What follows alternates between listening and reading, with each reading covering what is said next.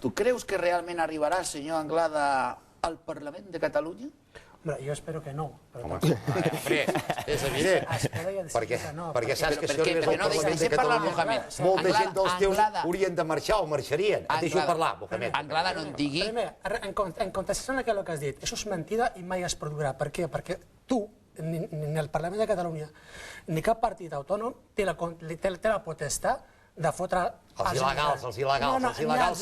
Ni els legals. Sí, home, sí. Però, escolta, digue-m'ho com ho faràs. L'altre dia, home, no. Tu tens policia nacional? Perdona, fent força ni fent lleig. Fent força. Siguem serios. El problema que tens, Anglada, és que tu...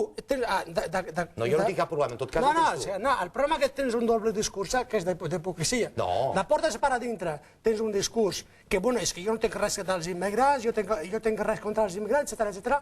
El que vull que els partits canvien, no sé què, no sé quan, però de portes per a fora tens un discurs xenòfob, i això és veritat. Per què? Perquè és un discurs de por. I el problema... Això és la pura realitat. A més, escolta... Sí, tu discurso va en contra de los propios estatutos. No, perdona. Les coses clares, clar i català... Però deixa'm parlar, deixa'm justificar la meva argumentació. Simplement, primer, el Parlament regional no té potestat, no té competència en matèria d'estrangeria, excepte aquest últim any que es va aprovar que transferir una petita competència de modificar els permisos de residència i treball.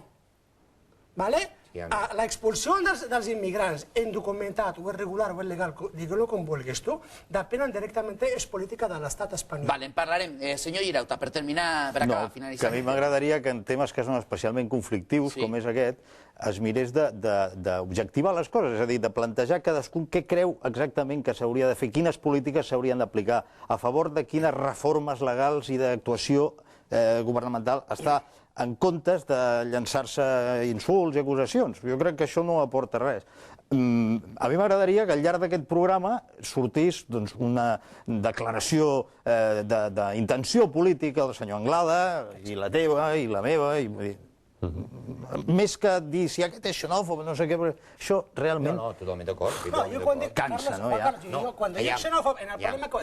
Quan tu focalitzes... Perdona, no, però escolta'm una cosa. Quan tu focalitzes el tema en la inmigració il·legal, estàs fent una confrontació de la població entre població legal i població il·legal, que casualment és la població menys culpa té, casualment que és la població més en defensa ho és. El problema, clar, el que passa és que tu no t'atreveixes a dir, escolteu, el que esteu fent les lleis no l'esteu aplicant bé, canvieu la llei i cridar a la població en general. Perdona. El que deia el senyor Girauta ja té raó. En part, ja hi ha una llei... La llei d'estrangeria s'ha canviat 3 vegades. El que passa que el problema que tenen és que no l'apliquen.